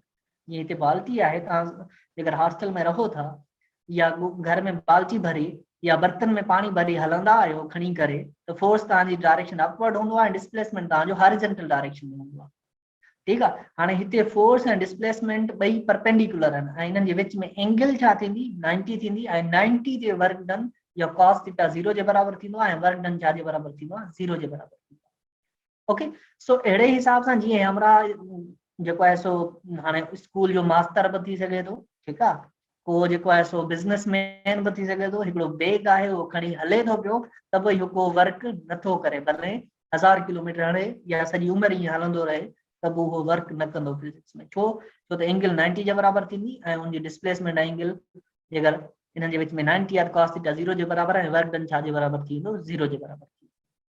ऐं जेकर को ऑब्जेक्ट सर्कुलर पाथ में मूव तो करे त उहो भी 0 वर्क डन कंसीडर थींदो। ठीक है, if object is moving on circular path या बिन लफ्ज़न में ये खणियो सेंट्रीपिटल फोर्स जे करे वर्क छा थींदो आहे 0 जे बराबर छो उनमें जेका टेंशन एंड डिस्प्लेसमेंट जी डायरेक्शन आहे उहे ॿई हिक ॿिए सां परपेंडिकुलर आहे। ठीक है, परपेंडिकुलर डायरेक्शन में वर्क डन 0 आहे। तहां सुपर स्टोर ते वञो था, हिकिड़ो जेको आहे सो कार्ड खणी तहां मूव कयो था, हुन में केतिरो बि सामान आहे तहांखे दिखण लाइ केतिरी बि फोर्स थी लॻाइणी पए। ठीक आहे, उते बि तहांजो जेको वर्क डन आहे उहो छा थींदो 0 थींदो, छो त ग्रेविटी जेका आहे सो उनखे डाउनवर्ड डायरेक्शन में छिके थी ऐं डिस्प्लेसमेंट तहांजो हॉरिजॉन्टल डायरेक्शन में थियल, त पोइ तहांजो वर्क डन छा थी वेंदो 0। हाणे ट्रैक्टर आहे उहो हिकिड़ो जेको आहे सो काठ जो जेको आहे सो टुकड़ो आहे उनखे गहलींदो पियो थो अचे या ट्रैक्टर हर थो हणे, उहो कमु नथो करे फिजिक्स में। ठीक आहे, उहो कमु नथो करे जेकर असां इंजन जी ॻाल्हि न कयूं, ग्रेविटी जे हिसाब सां उहो कमु नथो करे। ठीक आहे, छो त हाणे ग्रेविटी के हिसाब से ग्रेविटी की फोर्स जो डायरेक्शन डाउनवर्ड आहे ऐं वो जेको वुड आहे या काठ आहे वो हॉरिजॉन्टल डायरेक्शन बिना जी विच में एंगल छा थींदी 90 है, 90 जे वर्क डन 0 जे बराबर। हाणे याद रखी चजो जिते भी एंगल 90 अचे फोर्स एंड डिस्प्लेसमेंट परपेंडिकुलर हुजन उते वर्क डन छा थींदो 0 जे बराबर। कुछ एग्जांपल ताजे सामू आन ऐं एड़ा ही जाम सारा एग्जांपल ताजे कॉमन लाइफ में मिली वेंदा। ठीक है सर, नेक्स्ट कजो। सो हाणे जेकर तहां कहीं बॉक्स के मथे था खणो, हाणे इते पॉजिटिव वर्क की गाल थी ऐं नेगेटिव वर्क की गाल थी। ठीक है, जेकर तहां बॉक्स के मथे तरफ खणो था, जेको तहां जो अप्लाइड फोर्स आहे उन जे हिसाब सां डिस्प्लेसमेंट भी मथी तरफ आ। जेकर तहां कहीं शय खे मथे था खणो, ठीक है, तरी ते या ही जी हमरा बॉक्स मथे तो खणे, जेको अप्लाइड फोर्स आहे उन जे हिसाब सां वर्क डन छा आहे पॉजिटिव आ। तो force would be upward direction but displacement would be downward direction. जेकर तहां वरी डाउनवर्ड खणो था यानी जेकर कयो था, ठीक है, बॉक्स के डाउनवर्ड डायरेक्शन में मूव था करायो त तहां जी फोर्स अञा भी मथे तरफ है, यानी फोर्स तहां मथे तरफ लगायो था, आस्ते आस्ते आस्ते हुन के हेठ था कयो, डिस्प्लेसमेंट वरी डाउनवर्ड डायरेक्शन आ, तब उते वर्क तहां जो छा थींदो नेगेटिव वर्क थींदो। ठीक है, यानी जेकर तहां जो फोर्स एंड डिस्प्लेसमेंट बई अपोजिट डायरेक्शन में त उते वर्क डन छा थींदो नेगेटिव थींदो। जेकर फोर्स एंड डिस्प्लेसमेंट साॻी डायरेक्शन में एंगल 0 जे बराबर आहे उते वर्क डन तहां जो पॉजिटिव थींदो। हाणे हिते मिसाल ये ॾिनल आहे, जेकर तहां मथे बॉक्स खणो था, डिस्प्लेसमेंट मथे था कयो ऐं फोर्स भी मथे यानी अपवर्ड डायरेक्शन में लगायो था, तो वर्क डन पॉजिटिव। पर जॾहिं तहां बॉक्स के हेठ खणो था पर फोर्स जो डायरेक्शन अञा तहां मथे तरफ लगायो आहे, ठीक है, यानी अञा तहां उनके आस्ते आस्ते पर direction of force will remain in upward direction, जेका अप्लाइड फोर्स आहे उन जे हिसाब सां नेगेटिव थींदो। ऐं जेकर ग्रेविटी के हिसाब सां ॾिसूं, जेकर असां मथे खणो था त ग्रेविटी के हिसाब सां उहो वर्क डन नेगेटिव आहे, छो ग्रेविटेशनल फोर्स डाउनवर्ड डायरेक्शन में आहे ऐं डिस्प्लेसमेंट अपवर्ड डायरेक्शन में आहे। जेकर तहां अपवर्ड डायरेक्शन में खणो था ऐं ग्रेविटी के फोर्स कंसीडर कयो था त उन वक्त तहांजो वर्क डन नेगेटिव आहे। ऐं जॾहिं तहां ऑब्जेक्ट के हेठ लाहियो था ग्रेविटी के हिसाब सां उहो वर्क डन पॉजिटिव आहे ऐं तहां जे हिसाब सां जेका फोर्स तहां लगायो था उन जे हिसाब सां उहो नेगेटिव आहे। ऐं इहो हमेशा याद रखिजो, तहां जेको वर्क पुछो था कंहिंखां उहो ग्रेविटी के हिसाब सां पुछो था या अप्लाइड फोर्स जेको तहां फोर्स लगायो था उन जे हिसाब सां पुछो था। जेकर तहां अप्लाइड फोर्स की गाल कंदा मथे तरफ तहां जो वर्क पॉजिटिव हूंदो, जे ग्रेविटी के हिसाब सां गाल कंदा त मथे तरफ जेको ऑब्जेक्ट मूव कंदो उन में negative and vice versa. Okay sir, next कजो। हाणे work done by constant force. हाणे जेको आहे सो work done by constant force असां कीअं मालूम है, work done W on a system of agent exerting a constant force on the system is the product of magnitude of force and the magnitude of displacement at a point of application of force and angle where theta is angle between them। हाणे जेकर असां force जी गाल कयूं था, जेकर असांजी constant force लगे थी त असां सिंपली छा कंदासीं, इहो फार्मूलो लगाईंदासीं जेको F dot R vector form में आहे ऐं W दे भी वेक्टर ईंदो, पोइ हिन जेको फार्मूलो हूंदो कांस्टेंट फोर्स जे लाइ इहो हूंदो जेको तव्हांखे ॾिसण में अचे पियो। हाणे जेका फर्स्ट कंडीशन आहे, हिते जेको फर्स्ट फिगर ॾेखारियल आहे हिन में जेको वर्क डन हूंदो उहो 0, छो त परपेंडिकुलर डायरेक्शन में फोर्स एंड डिस्प्लेसमेंट आहे। ऐं सेकंड में जेको आहे सो उहो वर्क डन नेगेटिव हूंदो, डिस्प्लेसमेंट ऐं फोर्स ॿई जेके आहिनि सो अपोजिट डायरेक्शन में, तंहिंजे करे नेगेटिव साइन आहे। ऐं हिन में जेको आहे सो थर्ड फिगर में इहो तव्हांजो वर्क डन जेको आहे सो पॉजिटिव हूंदो। ऐं जेका ये एंगल ते आहे इते वर्क डन जे लाइ का न का एंगल जी वैल्यू हूंदी, ओतिरो ई असांजो वर्क डन थींदो, असां उहो वर्क डन के चवंदासीं। ओके सर, नेक्स्ट कजोसि। हाणे work done by multiple forces जेकर हिकड़े ऑब्जेक्ट ते मुख्तलिफ या घणियूं फोर्सेस लगन उन जे लाइ वर्क डन छा जे बराबर थींदो if more than one force is acting on an object then the total work is equal to the algebraic sum of the work done by individual forces असां छा कंदासीं जेकर more than one forces या more than two forces लगन जो काई object ते असां उन हिक फोर्स जो जेको आहे सो वर्क मालूम कंदासीं ऐं उन्हनि खे पोइ सिंपली algebraically एड कंदासीं त असांखे टोटल वर्क मिली वेंदो हाणे जीअं W is equal to summation of work by individual forces. Remember, work is a scalar quantity, so this is algebraic sum. जेकर work is जीअं असां ख़बर आहे त work scalar quantity आहे पोइ असां छा कंदासीं वर्क जेको हिकड़े ऑब्जेक्ट कयो और सॉरी हिकड़ी फोर्स कयो वरी ॿी फोर्स कयो टी फोर्स कयो उन्हनि सभिनी जो वर्क मालूम करे असां सिंपली जीअं एडिशन कंदा आहियूं उन्हनि खे एड करे छॾींदासीं ऐं उन जो फार्मूलो तव्हांजे साम्हूं आहे W net is equal to हाणे हिते फोर्सेस टे थियूं लॻनि because of gravity that is WG because of normal force जेका n सां रिप्रेजेंटेड आहे सो wn and because of applied force that is wf and total जेको फार्मूलो थींदो f cos theta is equal to change in r that is equal to wg plus wn plus wf ईअं ई असां उन्हनि खे algebraically सभिनी forces जेको work आहे उन्हनि खे सिंपली एड करे छॾींदासीं ओके सर नेक्स्ट कजोसि so the last topic of the chapter is power what is power हाणे असां पोइ ते ॻाल्हि करे आयासीं त जेको आहे सो work only depends upon initial and final position work जेको आहे सो कंहिं बि पाथ ते डिपेंड न कंदो आहे वर्क सिर्फ़ इनिशियल ऐं फाइनल पोजीशन ते डिपेंड कंदो आहे ठीकु आहे ऐं वर्क में असां टाइम जी ॻाल्हि कोन कंदा आहियूं केतिरो वर्क केतिरे टाइम में थियो पर असां जॾहिं work doesn't depend on time interval हाणे असां पावर जी ॻाल्हि कंदासीं rate at which energy is transfer is important in designing and use of practical devices हाणे जॾहिं बि असां का डिवाइस ठाहींदा आहियूं का मशीन ठाहींदा आहियूं त उन में इहो लाज़मी हूंदो आहे त उन जो पावर केतिरो आहे यानी power means transferring energy in given time यानी केतिरी एनर्जी उहो ट्रांसफर करे थो गिवन टाइम में ठीकु आहे हाणे उनखे असां छा चवंदासीं that is called power power is nothing but work rate of doing work यानी केतिरो जल्दी का मशीन एनर्जी ट्रांसफर करे थी या केतिरो जल्दी को माण्हू वर्क करे थो हाणे से सपोज तव्हां ॿ ॼणा आहियो ठीकु आहे हिकिड़ो जेको आहे सो थोरो स्वस्थ माण्हू आहे ॿियो थोरो चुस्त माण्हू आहे ठीकु आहे स्वस्थ मां मुराद हिकिड़ो थकल माण्हू आहे ठीकु आहे ॿियो चुस्त मां मुराद जेको आहे सो थोरो एक्टिव माण्हू आहे थोरो हेल्दी माण्हू आहे हाणे उन्हनि ॿिन्हिनि खे मां ॾियां थो त बाबा 100 सिर आहे ठीकु आहे ठीकु हाणे 100 सिर आहे उहा तव्हांखे हितां हिन ए पॉइंट खां बी पॉइंट ते ठीकु आहे यानी डिस्टेंस मां तव्हांखे ॿुधायो 1 मीटर डिस्टेंस ते हुनखे खणी वञो या डिस्प्लेसमेंट कवर हाणे ज़ाहिर ॻाल्हि जेको स्वस्थ माण्हू हूंदो उहा 100 सिर जेको आहे सो उन 1 मीटर खे कवर खणी उछलण में या उते पहुचाइण में टाइम वधीक वठंदो जेको चुस्त यानी हेल्दी माण्हू हूंदो उहो जल्दी उन्हनि साॻी सिरनि खे खणी यानी साॻी कमु हिकिड़ो माण्हू जल्दी थो करे हिकिड़ो माण्हू थोरो लेट थो करे हाणे जेको जल्दी कंदो कमु उहो साॻियो ई 100 सिर जल्दी पहुचाईंदो होतिरे ताईं ठीकु आहे हाणे मज़दूर हूंदा न हिकिड़ा जॾा हूंदा आहिनि हिकिड़ा तेज़ हूंदा आहिनि या कुझु मशीनूं जेके हूंदियूं आहिनि नंढियूं हूंदियूं आहिनि कुझु मशीनूं वरी वॾियूं हूंदियूं आहिनि हाणे जेका नंढो या जेको असांजो स्वस्थ मज़दूर आहे उहो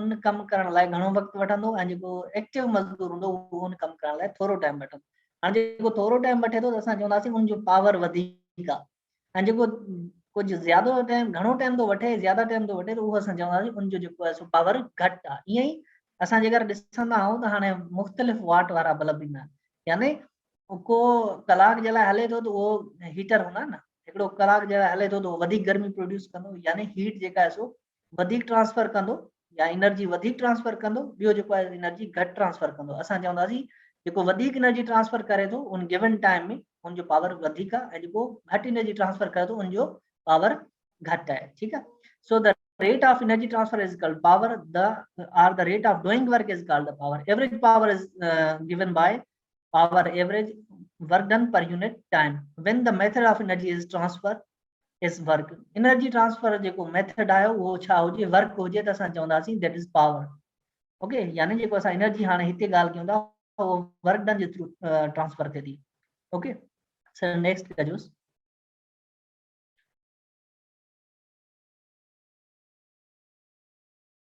हाणे the power is the time rate of energy transfer power is valid for any means of energy transfer कहिड़े बि क़िस्म जी एनर्जी ट्रांसफर थिए थी उनमें असां पावर जो ज़िक्र कंदासीं उहो पावर असांजो साॻियो ई हूंदो हाणे power is equal to W upon change in T हाणे वर्क जेको आहे so F change in x जे बराबरि पढ़ी आसीं change in x upon change in t जेको बराबरि हूंदो आहे एवरेज वेलोसिटी जे बराबरि हूंदो आहे so F into average velocity and more general definition instantaneous power जो बराबर होंदो वो असा सागी इक्वेशन सजी लिखी करे F dot dv यानी the dot product of force and velocity is nothing but power. So the second definition is the dot product of force and velocity is power. So power is equal to Fv cos theta. Okay angle ते जेकर असांजी force लगे थी ऐं उनमें velocity पैदा थिए थी त असां चवंदासीं उन जो पावर उतां बि असां कैलकुलेट करे सघूं था. ओके सर नेक्स्ट कजो. So the unit of power is called watt. The SI unit of power is watt. 1 watt is equal to 1 joule per second. अगर 1 joule वर्ग हिकड़े सेकंड में थिए थो त असां चवंदासीं उन डिवाइस उन मशीन जो जेको पावर आहे उहो घणो आहे, that is 1 watt. And 1 watt is equal to 1 kg meter square per second cube. This is the another unit that can be equal to 1 watt, that is 1 kg per meter square per cubic second. Okay, देखो वाट आहे वो जोल पर second जे बराबर आहे या 1 kg metre square per second cube जे बराबर आहे. ओके हाणे डायमेंशन तव्हां कढी सघो था. वाट जी ml स्क्वायर t minus 3 it is the dimension of watt. ml स्क्वायर t minus 3. Okay unit of power in US customary system is horse power या fps सिस्टम में जेको आहे सो जो यूनिट छा आहे हर्ट्ज पावर आहे. So 1 horse power is equal to 550 foot pound per second.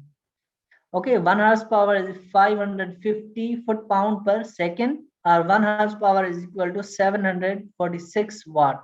Okay, so ये तहां MCQs are. यो 1 horsepower छाजे बराबर आहे 550 foot-pound per second या 746 watt जे बराबर आहे. Unit of power can also be used to express unit of energy or work. हाणे इन पावर वारे यूनिट मां असां एनर्जी जो यूनिट बि ठाहे सघूं था. वो कीअं था ठाहे सघूं? जेकर असां लिखूं 1 किलोवाट आवर. हाणे 1 किलोवाट आवर यो पावर जो यूनिट ना है, it is the unit of energy. अगर डायमेंशन तव्हां कढंदो त एनर्जी वारी डायमेंशन मिलंदी. सो अगर जेकर असां वाट खे किलो में खणूं यानी 1000 वाट खणूं ऐं जेको सेकंड आहे उनखे असां जेको आहे सो छा खणूं कलाक जे लाइ खणूं या 3600 सेकंड खणूं त पोइ असांजो 1 किलोवाट आवर थींदो 3.6 into 10 to the power 6 joule. यानी हिकड़े कलाक में जेकर का मशीन लेट सपोज 1000 वाट हिकड़े कलाक जे लाइ हले थी, मशीन जंहिंजो पावर 1000 वाट आहे ऐं हिकड़े कलाक लाइ हले थी त उहा केतिरी एनर्जी ट्रांसफर कंदी? That will be 3.6 into 10 to the power 6 joule या 36 into 10 to the power 5 joule. Okay जेकर पॉइंट न हुजे सिर्फ 36 हुजे त असां पावर जेको आहे सो 6 जी बजाय 5 लिखंदासीं यानी 36 into 10 to the power 5 joule. Mostly असांजो 1 किलोवाट आवर लिखियो 3.6 into 10 to the power 6 joule या 36 into 10 to the power 5 joule या अञा बि तव्हां उनखे 36 जेको आहे सो 3.60 लाख बि लिखी सघो था. ओके सर नेक्स्ट कजो.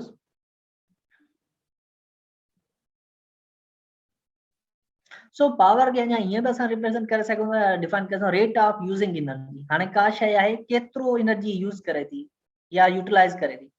जेकर का शइ एनर्जी घणो यूटिलाइज थी करे त उनजो पावर वधीक आहे. जेकर का शइ या का डिवाइस घटि एनर्जी यूटिलाइज थी करे त उनजो पावर घटि आहे. So power is amount of energy and time of elapsed time यानी केतिरो एनर्जी केतिरे टाइम में उहा जेको आहे सो ज़ाया करे थी या एब्जॉर्ब करे थी, असां उनखे पावर चवंदासीं. सो यूनिट्स अगरि वरी again 1 joule upon second. Okay हाणे हिते पावर जेको आहे अमाउंट ऑफ एनर्जी यानी जेका वो एनर्जी या एब्जॉर्ब करे थी या इमिट आउट करे थी. जेकर असां बल्ब जी ॻाल्हि कंदा आहियूं त उनमें लिखियल हूंदो आहे 60 वाट 200 वाट या डिफरेंट वैल्यूज उनजूं लिखियल हूंदियूं आहिनि यानी उहो ॿुधायल हूंदो आहे हेतिरे टाइम जे लाइ यानी एतिरी एनर्जी जेको आहे सो ज़ाया कंदियूं हिकड़े सेकंड में या एतिरो लाइट जेको आहे सो एतिरी लाइट जी एनर्जी उहा हिकड़े सेकंड में आउटपुट ॾींदी. जीअं हाणे हिते लिखियल आहे 100 watt light bulb consumes 100 joules of energy और electrical energy and each second to produce light. यानी 100 वाट लिखियल आहे न उनजो मतलब आहे 100 जूल एनर्जी उहा छा कंदी कंज्यूम कंदी. ठीक है इलेक्ट्रिकल एनर्जी कंज्यूम कंदी हिकड़े सेकंड में.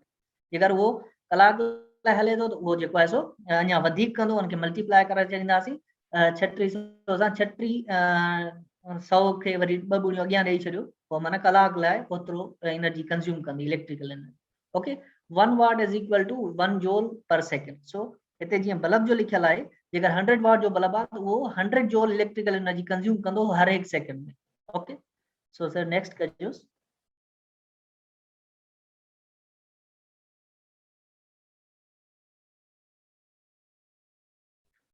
ओके हाणे हे असां हर्स पावर जो हिकिड़ो ट्रेडिशनल यूनिट आहे उनखे असां थोरो डिफाइन करण जी कोशिशि कई आहे हाणे over a full day a work horse ठीक है can have an average work output more than 750 joules in each second हाणे जेकर को घोड़ो हिकड़े सॼे ॾींहं जे लाइ कमु करे थो त उनजो जेको आउटपुट पावर हूंदो या आउटपुट एवरेज वर्क हूंदो उहो 750 joules जेको आहे सो हर हिकु सेकंड में कंदो ठीकु आहे जेकर हिकिड़ो full day work horse can जेको कमु करे थो घोड़ो an average work output of more than 750 in each second यानी जेको हर्स पावर आहे यानी जेको घोड़ो हिकड़े सॼो ॾींहुं कमु करे थो त हिकड़े सेकंड में 750 जूल या उन खां वधीक हिकड़े सेकंड में जेको आहे सो कमु कंदो तंहिंजे करे 1 horse power is equal to 750 watts यानी 750 जूल्स हर हिकु सेकंड में कमु कंदो घोड़ो ठीकु आहे यानी घोड़े जी जेका पावर आहे उहो कम करण जी उहा 750 जूल आहे हर एक सेकंड में तंहिंजे करे असां छा चवंदा आहियूं रफली 1 horse power is equal to 750 watts okay इहा हिकिड़ो जेको आहे सो ट्रेडिशनल या असां ईअं खणी चऊं जेको एफपीएस सिस्टम या उहो अॻु में जेके हूंदा हुया उन घोड़े जे कमु करण जी पावर खे रिप्रेज़ेंट कयो वेंदो हुयो ऐं तव्हां ॾिसंदा हूंदा ट्रैक्टरनि जे साम्हूं या ट्रैक्टर या गाॾी तव्हां ॾिसंदा हूंदा त उनजो हर्स पावर लिखियलु हूंदो आहे जेकर तव्हां हाणे बि ट्रैक्टर जे साम्हूं वञी ॾिसंदा 440 हर्स पावर या 750 कुछ डिफरेंट वैल्यूज उते लिखियल हूंदियूं आहिनि उनजो मतिलबु आहे त उन में जेको पावर आहे हिकड़े सेकंड में या हाइड्रोलिक पावर जेको आहे उनजो एतिरो आहे हिकड़े सेकंड में या एतिरी एनर्जी वो कंज्यूम कंदो हिकड़े सेकंड में ठीकु आहे सर नेक्स्ट कजोसि हाणे किलोवाट आवर कीअं असांजो यूनिट थियो हाणे पावर जेको आहे सो एनर्जी अपॉन टाइम जे बराबर थींदो आहे जेकर असां एनर्जी कढण चाहींदासीं त उहो छा जे बराबर थींदी पावर इनटू टाइम सही है हाणे इन फार्मूले के पावर वाले के असां रीअरेंज था कयूं power is equal to energy upon time what is energy energy is nothing but work okay okay sir सिर्फ इहो आखिरी स्लाइड आहे इंशाल्लाह बस इन खां पोइ पूरो थो कयूं हाणे एनर्जी जो यूनिट थी वेंदो power into time so power जो यूनिट छा आहे उहो असां जेकर कढण जो पावर जो यूनिट असां जेकर किलोवाट में खणो था ऐं टाइम जो यूनिट आवर्स में खणो था त उहो एनर्जी जो यूनिट जेको ईंदो किलोवाट आवर में ईंदो so kilowatt hour is equal to हाणे जेकर किलो आहे त उनखे 10 to the power 3 into watt ऐं 3.6 into 10 to the power 3 second 3600 second के असां ईअं लिखंदासीं ऐं जेकर इन्हनि खे मल्टीप्लाई कंदासीं त 1 kilowatt hour is equal to जेको थी वेंदो असांजो बराबर उहो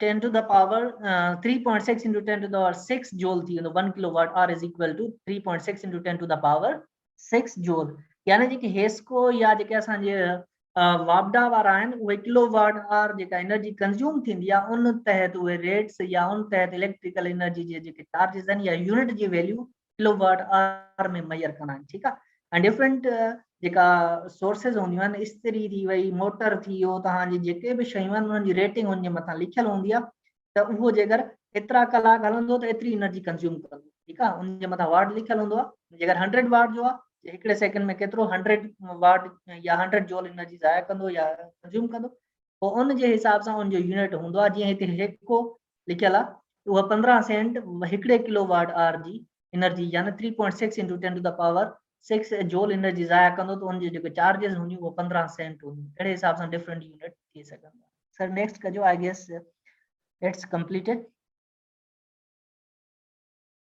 अच्छा ये जेके आहिनि सो एग्जांपल ये तव्हां ॾिसी वठो ऐं तव्हां नोट डाउन करे वठो इहे जेके आहिनि सो तव्हां एंट्री टेस्ट में अची सघनि था हाणे हिकिड़ो माण्हू आहे जेको आहे सो जेको 3 मिनट में जेको आहे सो 60 लिफ्ट्स करे थो जंहिं लिफ्ट्स जो 45 kg वेट आहे त उनजो आउटपुट वर्क आउट ऑफ हिज पावर आउटपुट हाणे उनखे तव्हां कीअं कैलकुलेट कंदा उनजो पावर केतिरो आहे पहिरियों तव्हां वर्क मालूम कंदा कन्वर्ट टाइम इनटू सेकंड जेके 3 मिनट्स आहिनि उनखे सेकंड में कंदा 180 सेकंड ईंदो वर्क डन कीअं मालूम कंदा तव्हां फोर्स ऐं डिस्प्लेसमेंट हाणे फोर्स जेको आहे सो तव्हां ख़बर आहे 60 लिफ्ट्स आहे ठीकु आहे ऐं 45 जेको आहे सो kg मास आहे ऐं माना हाइट हाणे पोटेंशियल एनर्जी तव्हां मालूम कयो ऐं 0.5 छा आहे उनजो वैल्यू आहे ठीकु आहे यानी हाफ थिए थो त उनजो जेको सो वर्क अची वेंदो 13,500 जूल ऐं 13,500 जूल खे 180 सां कन्वर्ट डिवाइड कंदा तव्हांखे जेको आहे सो पावर मिली वेंदो जेको 75 वाट आहे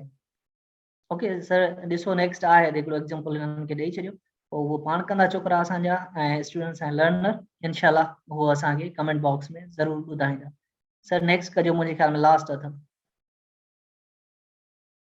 ठीक, हाणे जेको आहे सो तव्हां इहो ॾिसी छॾियो ऐं इहो कीअं थो थिए ऐं इन शइ खे नोट डाउन करे वठो ऐं अहिड़ा ई एग्जांपल तव्हांजा खोड़ सारा मौजूद आहिनि इंटरनेट ते, कोशिशि कयो, प्रैक्टिस कयो त उहे तव्हां जेको आहे सो कैलकुलेट करण जी कोशिशि कयो। हाणे चए थो साॻियो एग्जांपल आहे पर हिन 3 sets and 10 lifts with 70 kg in for 5 minutes, साॻियो ई फार्मूलो साॻी तरीक़े सां ऐं तव्हांखे जेको आहे सो मिली वेंदो आउटपुट पावर। सर ॾिसो आहे नेक्स्ट, ठीकु आहे न, त एंड